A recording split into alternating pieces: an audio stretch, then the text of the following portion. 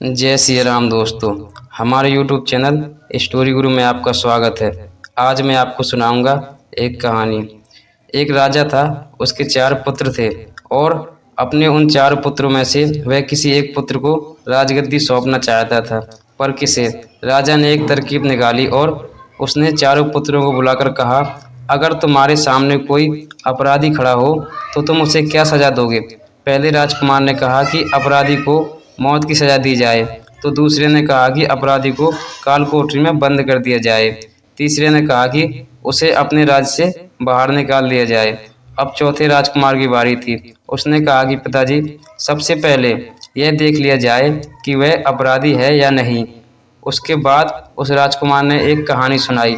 कहानी: किसी राज्य में एक राजा हुआ करता था। उसके पास एक सुंदर चिड़िया थी। वह चिड़िया बड़ी बुद्धिमान थी। उसकी मीठी वाणी और बुद्धिमानता की वजह से राजा उससे बहुत खुश रहता था। एक दिन की बात है, चिड़िया ने राजा से कहा कि मैं अपने माता पिता के पास जाना चाहती हूँ। वह जाने के लिए राजा से विनती करने लगी। तब राजा ने उससे कहा कि ठीक है, पर तुम्हें 5 दिनों में वापस आना होगा। चिड़िया ने कहा कि ठीक है, और वह जंगल की ओर उड़ चली। अपने माता पिता से जंगल में मिली और खूब खुश हुई।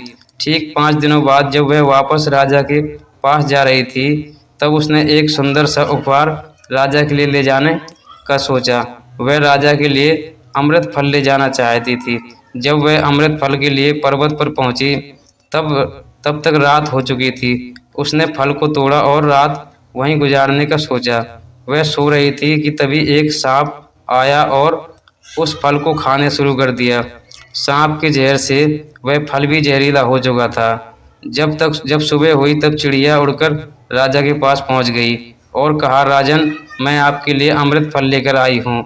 इस फल को खाने से आप हमेशा के लिए अमर हो जाओगे। तभी मंत्री ने कहा कि महाराज, पहले देख लिया जाए कि फल सही भी है या नहीं। राजा ने बात मान ली और फल में से एक टुकड़ा कुत्ते को खिलाया।